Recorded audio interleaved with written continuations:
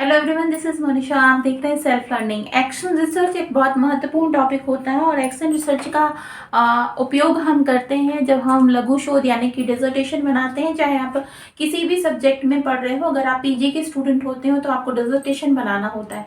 Dissertation ना सिर्फ education में बल्कि हर एक विषय में, चाहे आप साइंस स्ट्रीम से हो, ह्यूमैनिटीज से हो, एजुकेशन से हो या किसी भी विषय में हो, आप अगर पीजी के स्टूडेंट हैं तो आपको डिसर्टेशन का निर्माण करना होता है, एक लघु शोध प्रबंध का निर्माण करना होता है। और अगर आप उसके बाद पीएचडी के स्टूडेंट हो जाते हैं, अगर आप पीएचडी करते हैं तब भी आपको रिसर्च करने के लिए शोध प्रबंध लिखना होता है ना, एक थीसिस लिखनी होती है। तो रिसर्च करने के लिए एक्शन रिसर्च जो एक बहुत महत्वपूर्ण एक विधि है रिसर्च मेथोडोलॉजी की, उसके बारे में हम समझते हैं कि उनको किन किन स्टेप्स में हम रिसर्च का काम ये करते हैं। तो सबसे पहले होता है आइडेंटिफिकेशन ऑफ प्रॉब्लम, समस्या का निर्धारण सबसे पहले हम करते हैं। जिस भी विषय में आपको शोध करना है उसका क्या समस्या है, किस विषय पर, किस क्वेश्चन को लेकर आप शोध का कार्य कर रहे हैं, आप किसी भी विषय के स्टूडेंट हो। तो सबसे पहले आप समस्या का निर्धारण करते हैं। उसके बाद में आप करते हैं एक्सप्लेनेशन ऑफ प्रॉब्लम, मतलब जो भी प्रॉब्लम है उसको एक्सप्लेन करते हैं, है ना, उसके बारे में समझने की कोशिश करते हैं कि समस्या क्या है, किस तरीके से हम इसको समाधान करेंगे। पहले प्रॉब्लम को समझना बहुत जरूरी होता है।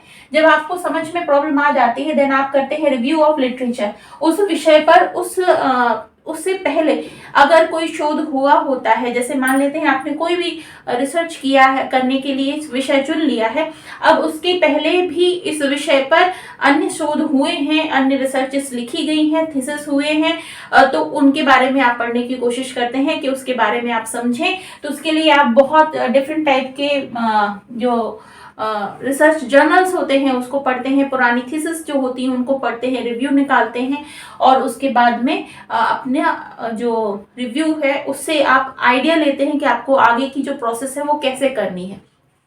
फिर होता है फॉर्मुलेशन ऑफ हाइपोथेसिस। हाइपोथेसिस का मतलब होता है परिकल्पना निर्माण, परिकल्पना का निर्माण करना, जिससे कि आप अपनी जो भी समस्या है उसका एक हाइपोथेटिकली कुछ आंसर्स आप सेलेक्ट कर लें कि इनके आंसर ये हो सकते हैं।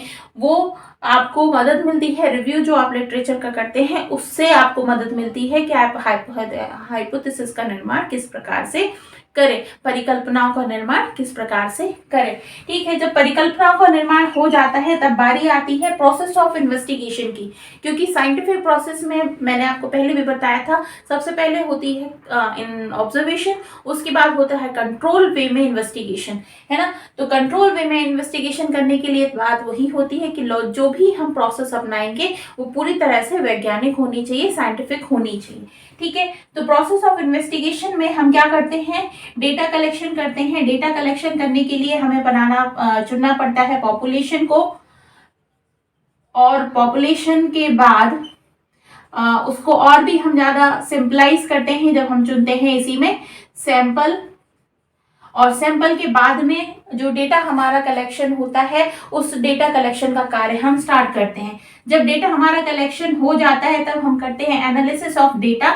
जो भी हमने डेटा चुना है उसको हम ऑर्गेनाइज करते हैं। ऑर्गेनाइज करने के बाद में फिर किया जाता है इसका एनालिसिस, मतलब विश्लेषण, और विश्लेषण करने के बाद में वेरिफिकेशन ऑफ हाइपोथेसिस। जो भी हमने हाइपोथेसिस बनाई है उसका हम वेरिफिकेशन करते हैं। इसमें हम पूरी तरीके से साइंटिफिक मेथड उपयोग करते हैं, टूल्स का उपयोग करते हैं। टूल्स के अंतर्गत क्या क्या आता है, क्वेश्चन आते हैं, आपका क्वेश्चंस लेने के लिए इंटरव्यू सेशन होता है, और भी ज्यादा जो उपकरण होते हैं, जैसे कि बने बनाए जो टूल्स होते हैं, बनी बनाई आपकी इस तरीके से क्वेश्चन आयर्स होते हैं, उनका इस्तेमाल हम करते हैं। तो इस प्रकार से डेटा का एनालिसिस किया जाता है और रिसर्च मेथोडोलॉजी के अंतर्गत टूल्स और टेस्ट का उपयोग करके हम स्टैटिक्स का उपयोग करके हम पूरा एनालिसिस करते हैं। जब ये एनालिसिस का प्रोसेस हमारा कंप्लीट हो जाता है तब बात आती है जो हमने इतना पूरा प्रोसेस किया है उसमें जो हमें फाइंडिंग्स मिली है उसको एक जगह लिखने का। तो हम फिर क्या करते हैं, रिजल्ट निकालने के लिए सबसे पहले कैलकुलेशन करते हैं। कैलकुलेशन जो भी हमारा डेटा मिला है उनको स्टैटिक्स लगाकर अन्य प्रकार के टेस्ट लगाकर, जिसमें कोरिलेशन होता है, टी टेस्ट होता है, काई स्क्वायर टेस्ट होता है, जैसी भी आपकी आवश्यकता होती है उन सभी का इस्तेमाल करके हम कैलकुलेशन करते हैं। कैलकुलेशन करने के बाद में हम जनरलाइजेशन करते हैं, निष्कर्ष निकालते हैं। निष्कर्ष निकालने के बाद जब हमारा कंप्लीट काम हो जाता है तो हम रिपोर्ट राइटिंग करते हैं। मतलब जो भी हमने अभी तक ये पूरे प्रोसेस के अंतर्गत हमने जो पाया है, जो हमारी फाइंडिंग्स हैं, उसकी हम क्या करते हैं, रिपोर्ट राइटिंग करते हैं।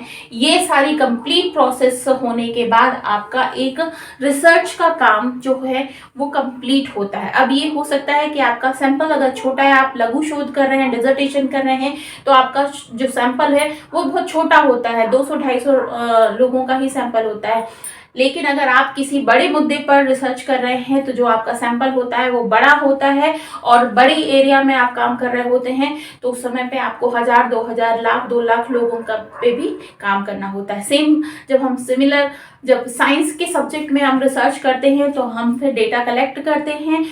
किस प्रकार से करते हैं, जैसे आप फिजिक्स की रिसर्च कर रहे हैं या फिर आप केमिस्ट्री की कर रहे हैं या बायो से संबंधित कर रहे हैं, तो जो भी आपकी प्रॉब्लम है उस प्रॉब्लम से संबंधित जो भी कार्य है उसको पूर्ण एक्सपेरिमेंटल वे में जाकर आप डेटा कलेक्ट करते हैं। वहां पर जो सैंपल होता है वो सैंपल नेचुरल होता है, मतलब जो सैंपल आप लेंगे, जो भी रिसर्च होगी उससे संबंधित होगा।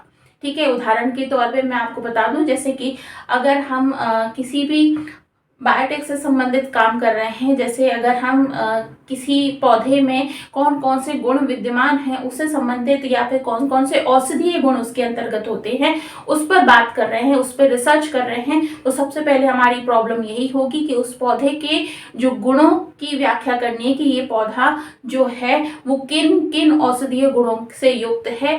तो वो हम पौधे का पहले सैंपल लेते हैं, फिर उसमें अन्य प्रकार के टेस्ट लगाते हैं, प्रोटीन है कि नहीं है, उसमें कैल्शियम है या नहीं है, कौन कौन से विटामिन उसके अंतर्गत मौजूद है। तो इन सभी के हम टेस्ट धीरे बारी बारी से लगाते हैं। जब हम कंप्लीटली वेरीफाई कर लेते हैं तब जाकर हम उसका रिजल्ट निकालते हैं। ठीक है, यहाँ पर जब सोशल प्रॉब्लम होती है तो उसकी हाइपोथेसिस अलग तरह से बनती है, लेकिन अगर कोई साइंटिफिक सब्जेक्ट की प्रॉब्लम है, नेचुरल साइंस की प्रॉब्लम है, तो उसकी हाइपोथेसिस अलग बनती है। जैसे सपोज अगर आपने चने के पौधे में देखना है कि किस प्रकार के गुण पाए जाते हैं, तो आप ये बनाएंगे कि इसमें विटामिन उपस्थित होता है, ये एक हाइपोथेसिस का स्टेप हो गया। इसमें मिनरल्स होते हैं, एक स्टेप हो गया। इसमें कैल्शियम होता है, एक स्टेप हो गया। अब फिर इन्हीं स्टेप्स को लेकर आप एक्सपेरिमेंट करेंगे, टेस्ट लगाएंगे और ये पाएंगे कि इसमें विटामिन होता है तो आपकी हाइपोथेसिस सही, अगर इसमें मिनरल्स होते हैं तो आपकी हाइपोथेसिस सही, इसमें प्रोटीन होता है, आपकी हाइपोथेसिस सही। और अगर नहीं मिलता है, फाइंडिंग्स में आपके नहीं आते हैं टेस्ट सही, तो वो आपकी हाइपोथेसिस रॉन्ग सिद्ध हो जाती है ना। तो ये पूरी कंप्लीट प्रोसेस है जिसके तहत एक्शन रिसर्च का जो काम है वो किया जाता है। आई होप आपको ये बात समझ में आई होगी और आगे हम इसी तरह से रिसर्च के बारे में और भी डिस्कशन करेंगे। इस वीडियो में इतना ही। आगे हम बात करने वाले हैं शैक्षिक अनुसंधान में जो अन्य टॉपिक होंगे, जो क्योंकि हम अभी रिसर्च में जो यूनिट में सिलेबस दिया हुआ है, यूनिट 4 यूपीएचएससी के बीएड के सिलेबस में और एजुकेशन नेट के सिलेबस में जो सिलेबस दिया हुआ है उस पर कंप्लीट डिस्कशन कर रहे हैं। ठीक है, तो इसी तरह से आप मेरे साथ जुड़े रहिए, आपको मैं इसी तरह से समझाती रहूँगी तो आपकी बहुत सारी समस्याओं का समाधान होगा और क्वेश्चंस सॉल्व करने में आपको मदद मिलेगी। तो जुड़े रहिए सेल्फ लर्निंग के साथ में। आगे आने वाले वीडियोस में और भी ज़्यादा टॉपिक्स आपको मिलेंगे रिसर्च से संबंधित। तो इस वीडियो में इतना ही, मिलती हूँ नेक्स्ट वीडियो में, तब तक के लिए बाय बाय।